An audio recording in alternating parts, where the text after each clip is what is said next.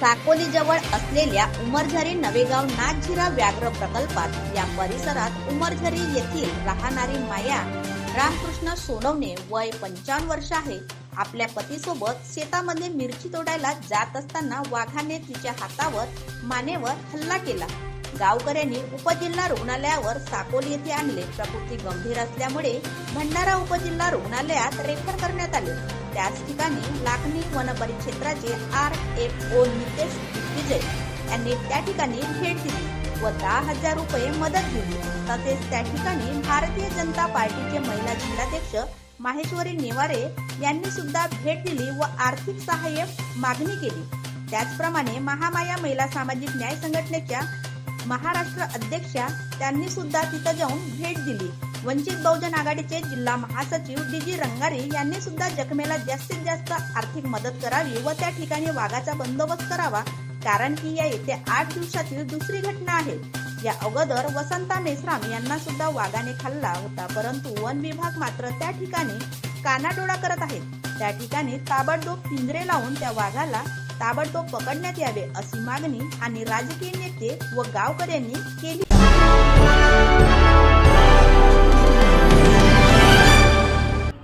काय नेमका प्रकार घडला आणि काय त्या महिलेची परिस्थिती आहे, आता काय मागणी आपली?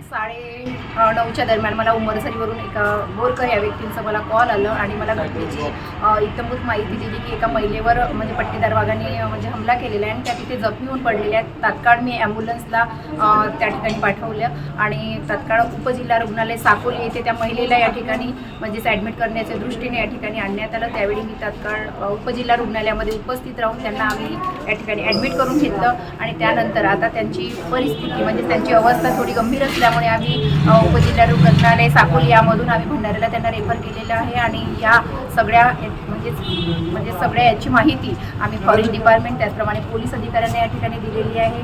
बांपेवाडा परिसरात म्हणजे किनीयेकुडी या कार्यक्षेत्रातील बांपेवाडा उमरझरी या परिसरात ही दुसरी घटना घडलेली आहे. 5 दिवसापूर्वी बांपेवाडा येथील वसंता मेश्राम यांच्यावर प्राणघातक म्हणजे त्यांचं त्या ठिकाणी ऑन द स्पॉट जीव गेलेला आहे आणि ही दुसरी घटना आहे. त्यामुळे मला फॉरेस्ट डिपार्टमेंटला एक म्हणजे विनंती करायची आहे की जे म्हणजे दहशत निर्माण झालेली आहे, एक हिंस्र प्राण्याची जी गावागावामध्ये म्हणजे दहशत निर्माण झालेली आहे, याच्यावर आळा घालण्यासाठी फॉरेस्ट विभागाचे सिंग साहेब आहेत यांना मी आताच नुकतीच आणि दिग्विजय साहेब आहेत यांनी सुद्धा आम्हाला या ठिकाणी सहकार्य केलेलं आहे. पण आम्ही तात्काळ आमच्या जनतेची मागणी अशी आहे की त्या ठिकाणी जे म्हणजे हिंस्र प्राणी आहेत म्हणजेच वाघाला त्या ठिकाणी जेरबंद करण्यात यावं आणि म्हणजेच नागरिकांची जी काही सुरक्षितता आहे यामध्ये वाढ करावी आणि जी जखमी महिला आहे माया सोनवाने यांना आर्थिक सहाय्य देण्यात यावं, कारण ती महिला म्हणजेच आपल्या उदरनिर्वाह करण्यासाठी मिरची तोडण्यासाठी गेलेली होती आणि त्यांचं म्हणजेच ती महिला एक गरीब समाजातील असून गरीब घरची महिला आहे, त्यामुळे त्यांना आर्थिक सहाय्य फॉरेस्ट डिपार्टमेंटकडून देण्यात यावं एवढी मी या ठिकाणी मागणी करते आहे.